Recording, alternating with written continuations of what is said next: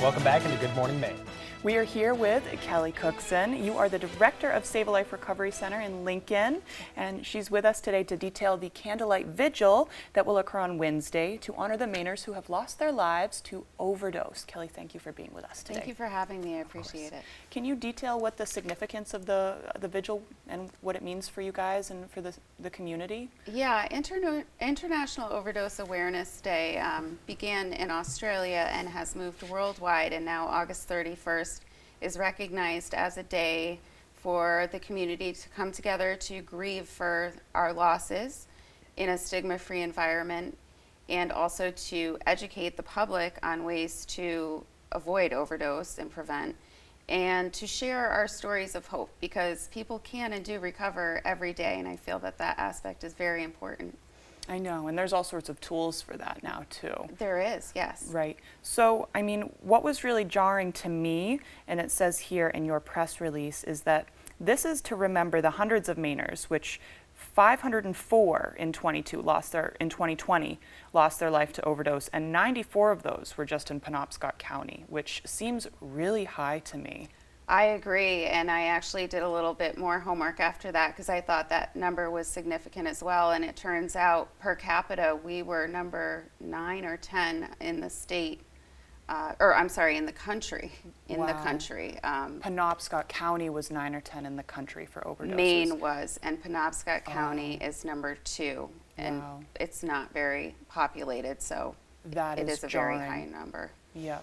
I know, I'm sure there's all sorts of research going into why, and I will want to know why more in the future too. I would like to know more why as well. A lot of resources have been in the last couple of years we've seen with the opioid crisis going on in Maine. There's been a lot of resources and a lot of movements and pushes to combat this crisis. And what kind of things have you seen just here in Maine through the people that you've talked to of the new initial efforts that are kind of being pushed forward to, talk about this more? And it goes alongside of mental health and other problems that we didn't talk about so much in the past, and now we're starting to open up. So what are some of those conversations that you've had with people who have struggled with opioid addiction? Well, stigma and shame are huge barriers. So in talking to people in the community, I think once they recognize that they can begin to speak to somebody who is not going to judge them, it really opens up a flow of conversation. And I've seen some of those people go on after a conversation to become public on their social media platforms, and we really need to normalize these conversations with people. I feel that's very important. It's hard to ask for help for anything. Absolutely. And this especially. It's like, Yes. Where do I start? And how can people even help me? And I think that's why you guys exist. Save a Life is to serve the community for that reason. Yeah, Save a Life started about 8 years ago as just a task force of concerned community members who recognized there was a problem, and became a 501c3 nonprofit, and we opened our Community Recovery Resource Center last June. Nice, congratulations. Thank you. I know in Bangor we have Barn. Yes. Yep, so you guys serve Lincoln. And what other ways do you help the community? I know we were talking about Narcan before. Do you have, you had an example, correct? I do, yes. If you'd like to show, I'd love to just show what the box and packaging looks like. Yeah, harm reduction is one of the things that we offer. This is a Narcan box, and people tend to be afraid of this medication because they think that it's going to be difficult to use, or that they might accidentally use it on someone who doesn't need it. This is what Narcan actually looks like. It is a 1-dose nasal spray, much like Flonase, and it will not cause any harm to anyone who's not overdosing. So if you're, like you said, if you're not overdosing, if you want to just be sure and Narcan someone, it's not going to hurt them. I mean, I can show you. I'll Narcan myself right now. Yeah. It's one of those things where it's like, this is a conversation that needs to be had so you can understand this. Because Yeah. from my knowledge, I mean, lives, I'm not no expert in anything to do with the opioid crisis. I know how bad it is, but I didn't even know that you could use this without it and it would be all right. Yeah. Yep. Just like Flonase. No harm, no foul. It just tastes a little funny.